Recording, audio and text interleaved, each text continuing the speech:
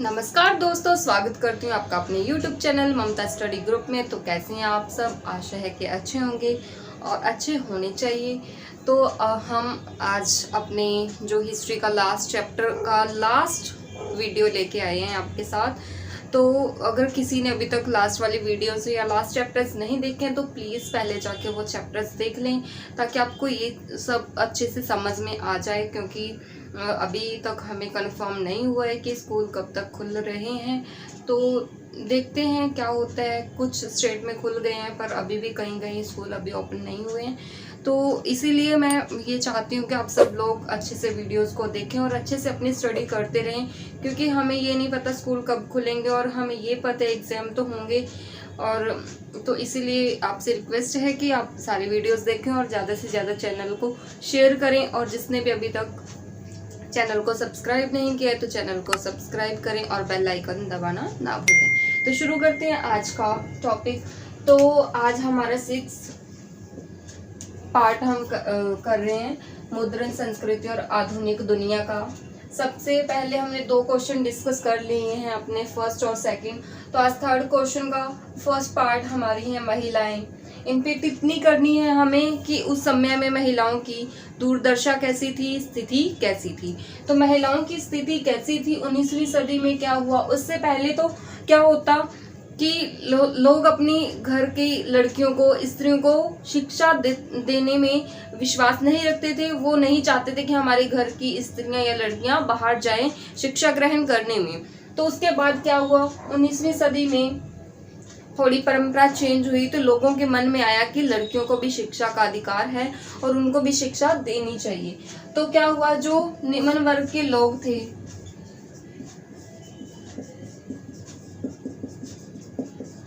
जो उदारवादी थे, उन्होंने क्या किया, लड़कियों को घर पे ही पढ़ाना शुरू किया, घर पे शिक्षा देनी शुरू की। जो निम्न वर्ग के लोग थे उन्होंने, ठीक है, उन्होंने लड़कियों को घर पे शिक्षा देने का निर्णय किया और घर पे पुस्तकें लाकर देने शुरू की वो, और लड़कियों ने पढ़ना शुरू किया। क्योंकि उस समय क्या था, मुद्रण संस्कृति बहुत ज्यादा विस्तृत रूप ले चुकी थी। अपना मुद्रण कला अपना विस्तृत रूप ग्रहण कर चुकी थी, जिसमें महिलाओं को क्या दिया गया, उनको भी अपना स्थान दिया गया ताकि वो भी आगे बढ़ सकें। जैसे जो भी समाचार पत्रिकाएं होती,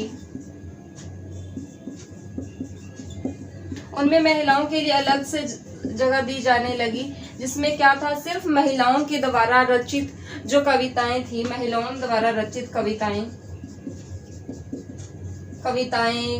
कहानियां, इन सबको स्थान दिया जाने लगा। क्योंकि उस समय जो रचनाकार थे, जो पुस्तकें बना रहे थे, जो समाचार पत्र को लिख रहे थे सॉरी, उन्होंने क्या किया, उन्होंने महिलाओं के ऊपर लिखना शुरू किया, जिससे महिलाओं में जागरूकता आई कि हमारी दुर्दशा ऐसी है। अगर हम जागरूक हो जाएंगे सब तो क्या होगा, हमारी स्थिति में सुधार आएगा। तो इसीलिए महिलाओं ने भी अपने जागरूक होकर क्या किया, पढ़ना शुरू किया।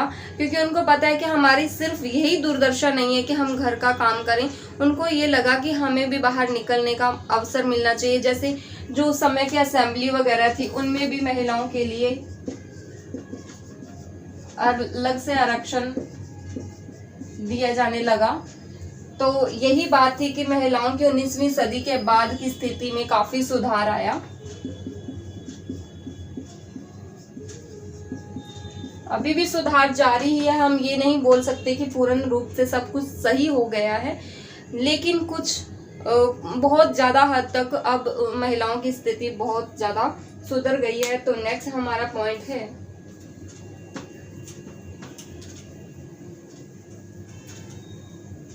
नेक्स्ट पॉइंट है गरीब जनता। पहले क्या था, जब पुस्तकें मुद्रण संस्कृति का सिर्फ शुरुआत हुई, उस समय पुस्तकों की कीमत क्या थी, अधिक थी। जिससे जो गरीब लोग थे उनको पुस्तक पढ़ने का अवसर नहीं मिलता।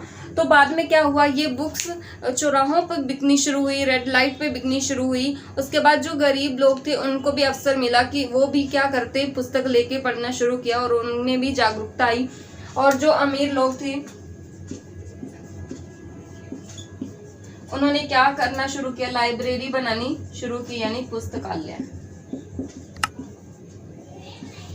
बनाने शुरू किए। जिससे क्या था, जो लोग खुद के पैसों से पुस्तक लेकर नहीं पढ़ सकते थे वो वहां जाके अपने अच्छे से पुस्तक को पढ़ सकते थे।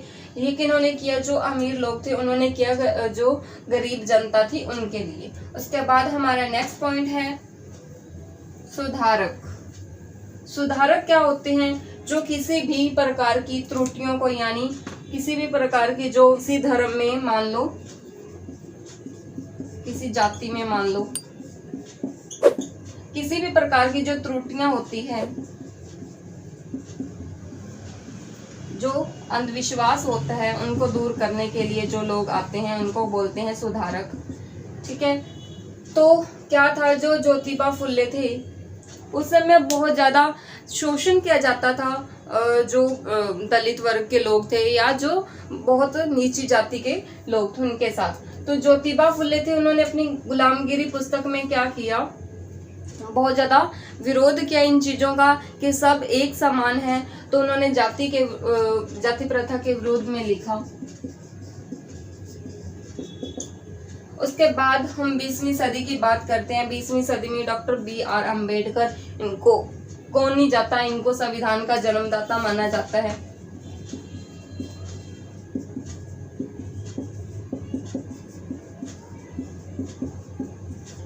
संविधान का जन्मदाता माना जाता है डॉक्टर BR अम्बेडकर को। ये भी कौन थे, दलित समाज से थे, जिन्होंने नीची जाति के लोगों को आरक्षण दिलवाया था, डॉक्टर BR अम्बेडकर। और सेकंड नाम आता है EV रामास्वामी नायकर, जिनको पेरियार के नाम से भी जाना जाता है। ये उपाधि थी उनकी पेरियार के नाम। और इन्होंने क्या किया, जाति प्रथा के विरोध में बहुत ही अधिक अपना योगदान दिया ताकि सभी लोगों को इक्वल अधिकार मिल सके।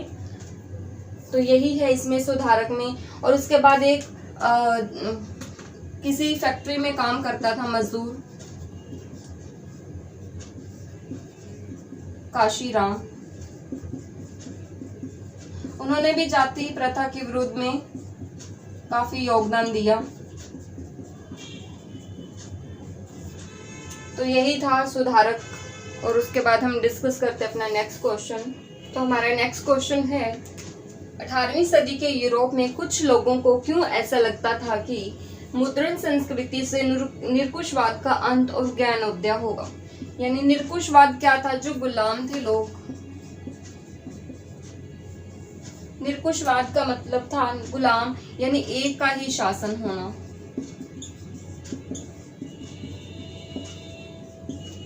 जागरूक नहीं थे लोग, तो क्या था कि जो दूसरे लोग बोलते वही वो करते। तो इसीलिए क्या था कि यूरोप में ये कुछ लोग ये मानते थे, वो सत्य भी था कि उससे निरंकुशवाद का अंत और ज्ञानोदय होगा, क्योंकि वो रचनाएं ऐसी थी जिसमें क्या था कि लोगों को जागरूक करने के लिए लिखा जाता था,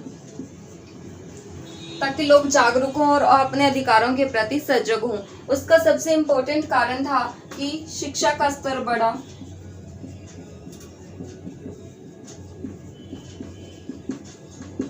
शिक्षा का स्तर बढ़ने से क्या है, लोगों में जागरूकता अत्यधिक आती है। जब लोग पढ़े लिखे होंगे तो अपने अधिकारों के प्रति क्या होंगे, जागरूक होंगे। तो उसके बाद मुद्रण संस्कृति का विस्तार,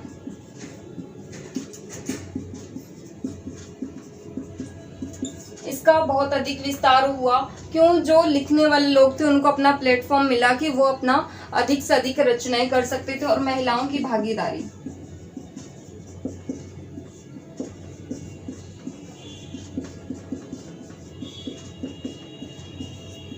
जब सब प्रकार के लोग जागरूक हो रहे थे तो अपने आप ये जायज बात है कि क्या होगा, ज्ञानोदय होगा, यानी ज्ञान का उदय होगा, यानी सब लोग अच्छे से अपने अधिकारों के प्रति क्या होंगे, जागरूक होंगे। उसके बाद हम डिस्कस करते हैं अपना नेक्स्ट। कुछ लोग किताबों की सुलभता को लेकर चिंतित क्यों थे? यूरोप और भारत से एक एक उदाहरण बताना है हमें। कुछ लोग का मतलब यहाँ आता है जो धर्म के ठेकेदार थे।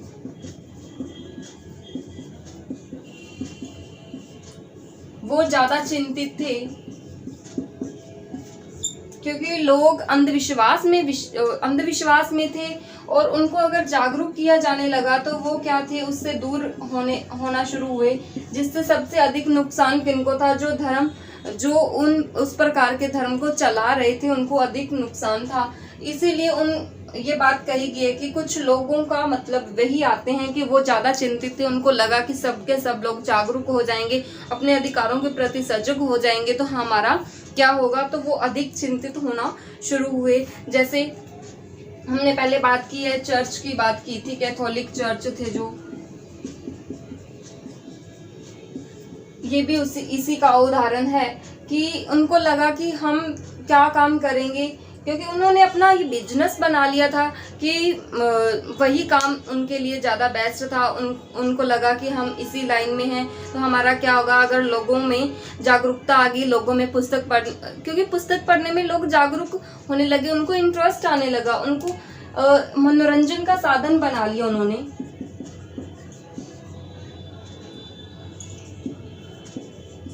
जो खाली समय होता उनके पास वो क्या करते, पुस्तक पढ़ते।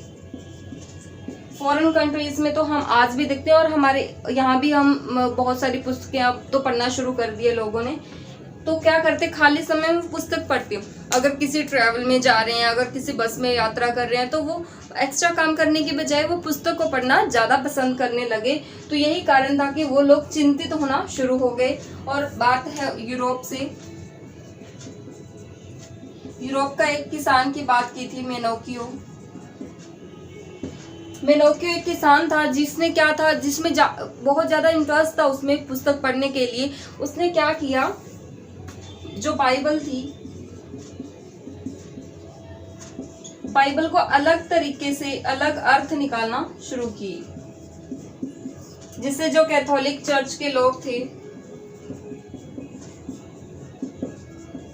वो इतने अधिक क्रोधित हो गए कि उसको क्या किया, फांसी की सजा दे दी। इससे हम जान सकते हैं कि कितना ज्यादा गलत हो रहा था उस समय, कि अगर जो जागरूकता की ओर जा रहे थे उनको क्या था कि उन पे रोक लगानी शुरू कर दी। और उसके बाद 1558 ईस्वी तक तो कैथोलिक चर्च ने क्या किया था, जो बुक्स थी जिनमें इस प्रकार का छापा जाता था उनकी चर्च के खिलाफ या किसी धर्म के खिलाफ, उसकी वो सूची बनानी शुरू कर दी, उस पर प्रतिबंध लगाना शुरू कर दिया। उसके बाद हम बात करते हैं हमारे भारत से एक उदाहरण। भारत से हम बात करते हैं जो उस समय की औपनिवेशिक सरकार थी।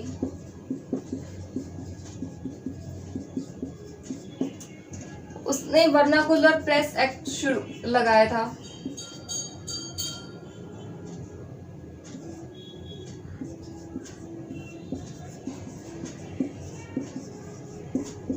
वर्नाकुलर प्रेस एक्ट लगाया था। वो किस लिए लगाया था, वो भी इसी बात के लिए लगाया था कि कुछ भी ऐसा ना छापा जाए जिससे सभी भारतीयों में राष्ट्रवादी चेतना उत्पन्न हो और सब लोग क्या हो जाएं, एकजुट हो जाएं। तो यही भारत से उदाहरण है जो वर्नाकुलर प्रेस एक्ट लागू हुआ था।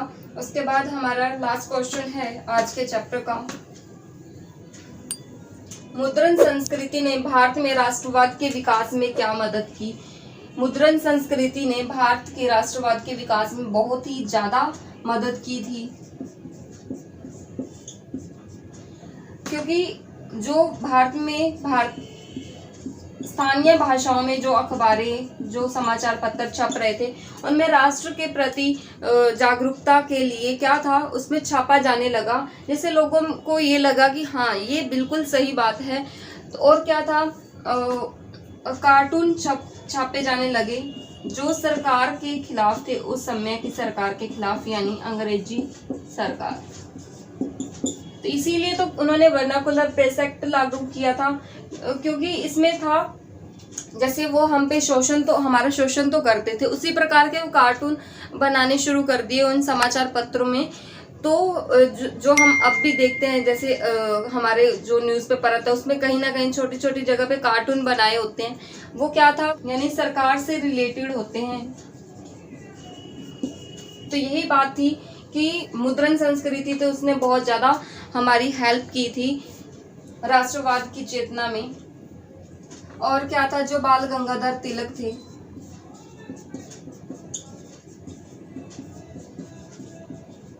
उनका भी एक समाचार पत्र था केसरी, उसमें भी उन्होंने भारत राष्ट्रवादी चेतना के लिए बहुत अधिक छापा। बाद में उसको कैद कर लिया गया था, गिरफ्तार कर लिया गया था।